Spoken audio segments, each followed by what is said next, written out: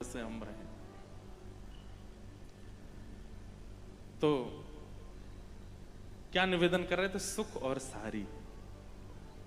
बहुत ध्यान से सुनना, बहुत सुंदर लीला है।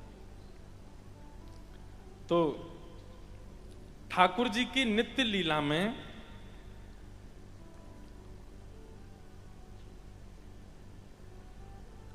सुख और सारी, तोता और मैना, इनकी सेवा है। और एक नहीं है, अनेक सुख हैं, अनेक सारियां हैं, और ये आपस में मिलकर के ठाकुर जी का मुखोल्लास करते हैं। कैसा मुखोल्लास करते हैं?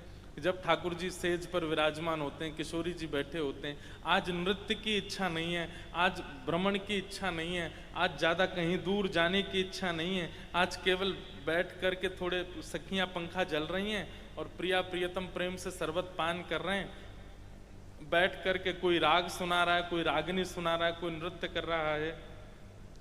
तो रोज रोज एक ही चीज हो तो कैसे सुख मिले? अच्छा, ठाकुर जी का और किशोरी जी का सुख नहीं है ये सखियों का सुख है।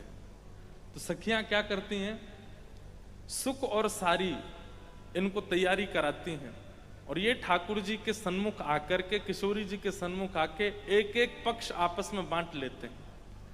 जैसे सुख ठाकुर जी के पक्ष के हैं और सारी जो है वो किशोरी जी के पक्ष की हैं।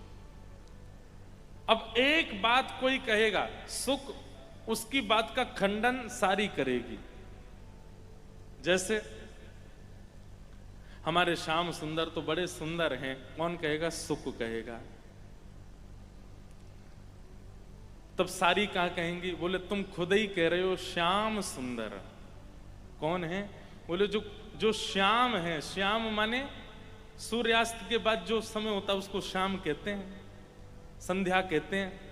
बोले तुम्हारे ठाकुर जी श्याम हैं, पर शाम की शोभा तो तभी बढ़ती है जब किशोरी रूपी चंद्रमा प्रकट होता है। हमारी किशोरी जी जब प्रकट होती हैं।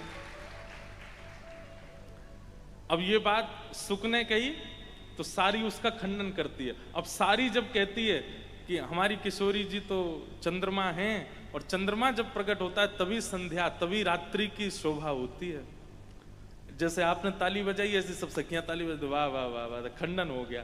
अब सारी ने जो कहा है उसका खंडन सुख को करना है। तो सुख क्या कहता है? बोले अरे सारी ने सुन ले, ने डट जा, बड़ी हंस रही है।